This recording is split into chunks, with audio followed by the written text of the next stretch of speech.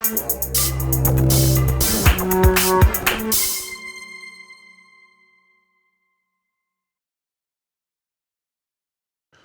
so let's say you've done some kind of triangle step-in cross, and that's left you bodily on an angle to your opponent who's facing directly forwards. So in this case, your left leg would be sticking out to the side and they're in front of your body. So you're on an angle, is what I'm trying to say. And what do you do from there? Well, let's assume that you've already crossed. There's something very interesting we can do here. Very interesting technique where we just shift all our weight back. And it's about one distance of units. Remember that old way of thinking about the units? It's the distance between our feet in a basic Yiquan stance. Dogs getting involved. And there are a million and one things this is useful for. It's really useful if you can just lower your weight with it so you make the stance stronger, for hitting him with your legs, with your thigh, to try and take someone down. Just hit him with into their legs. But it also teaches us loads about how to use Farley and the optimal distance. So we don't really want to go more than one unit to create a kind of distributed set as we move in. But it's also quite a sophisticated use of adding body weight into a technique. Anyway, let's have a listen to it first.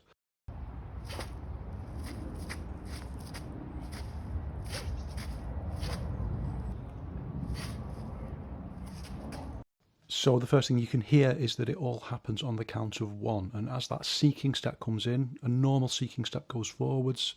Here, if we take a closer look, you can see that the foot curls in. So that's very useful as well. It can kind of curl in and round the opponent's leg, but it can also toe bung them right in the foot, which, I don't know, it can knock someone's foot out, but it can also really hurt your toes. The point is, anyway, see how the seeking step turns in like that. That's going to help you keep your balance and stop you from twisting your ankle, hopefully. And you can see that as it is seeking step, you land on the ball of your foot nice and padded, so you keep that springiness. There's no shocks. See how the leg is bent? There's no shocks to the leg. Everything's nice and springy and bent.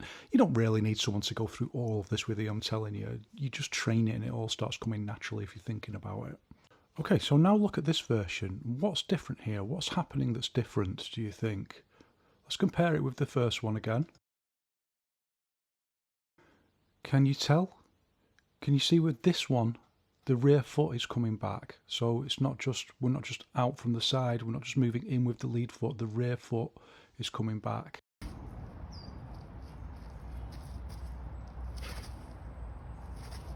It's not all that easy to hear, I know, but it's just slightly more of a 1-2, a very fast 1-2. Inevitably, because you can see what the feet are doing, is 1-2. So once you get that, the other little thing that you need to see is that just as the seeking step forward lands on the ball of the foot, so does the rear of the foot. It's not like the heel digs into the ground, that would ping you over, but it does land very flat on the floor. You can see there that when my rear foot came up, that it's just landing me very flat on the floor, and that's because the heel is landing very quickly. See how flat it is? And that's going to help to balance you significantly, and it's also going to help set the posture, because that's going to be the hit point. And that's going to root the posture, set the posture, and that's where you get the rebound energy into the hit. Now look very carefully at the punch point and see how my arm expands into the punch point. So the timing has got to be distributed across the whole movement. So look very carefully at my left arm here, my lead arm. See how it opens up just as the rear foot hits the floor. So everything just expands into locking back down into the ground. So the posture itself, because it's a lead hand punch, it's still open. It's quite interesting because actually the bottom half of the body is doing close, so you've reversed the contexts, but at that last moment the lead arm expands, and so the whole body overall is using open. And that's getting into areas where there's no point trying to work it out really conceptually. It's just something you've got to learn. You've got to feel how that works. You've got to move into that more aphasic sense of the theory. What does it feel like?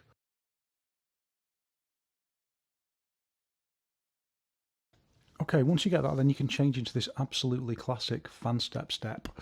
So it's the lead hand punch and then step out with the kind of triangular step pendulum cross and then back into a lead punch again. It's an absolutely classic, basic Yiquan drill.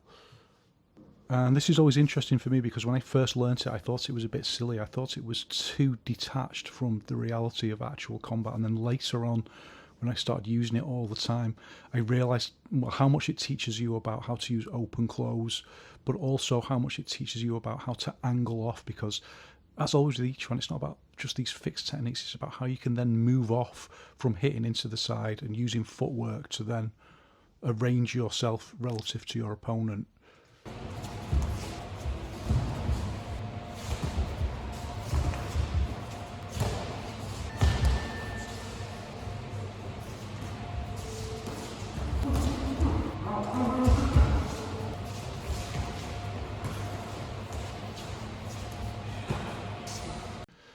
So, very hectic. In any case, it's a leading step and then stepping out, triangle step, and then back in with a leading step. So it's lead hand, rear hand, and then lead hand back online again. So it's absolutely classic Yiquan posture.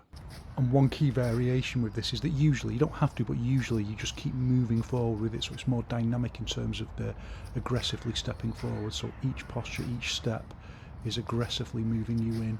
And then on that last punch, you've got to get that distributed set with the leading step. So as it pulls in, pulls you across, one, and there, 1, 2. Everything's got to be linked together, 1, 2, 3. And each of these 3 steps is actually different. Each one has different requirements, so when you're doing this posture, you're actually training 3 completely different kinds of step. It's a really clever exercise, actually.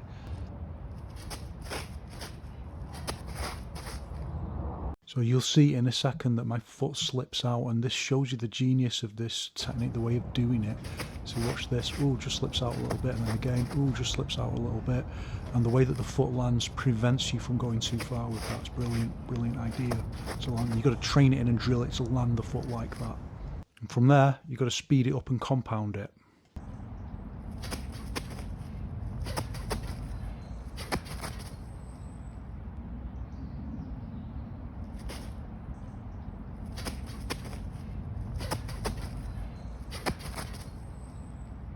And one of the things that happens with that is that the set of the first posture flows into it distributes across into the second posture and then back into the third posture.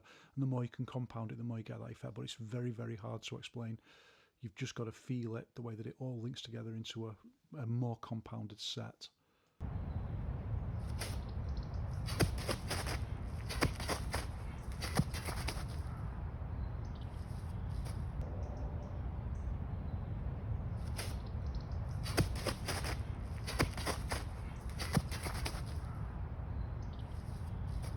So something to be aware of is don't bob up and down too much. Try and keep it more, so you lose that dip and rise that you'd get when you do it slowly. So this is too bobby. Look again, I'm bobbing up and down too much. When you do it slower, you do that to get more volume in the posture. But when you compound the movement, you've got to lose that. So watch again. So watch the difference here. I'm not bobbing up and down. I'm keeping my head level. That helps to compound the movement, and it also helps to use sync just to root the posture in better. If you bob, you can do it when it's doing it slow, but if you bob when you're doing the posture fast, then it lifts you up off your root and it makes you very vulnerable, so you can easily just be pushed over even though while you're attacking, or even if you just hit the opponent, it can take you off balance, so you need to use sync. Okay, from there you can start using the infinite curriculum to think about some variations. I'll show a few. I won't talk them through, just learn through watching.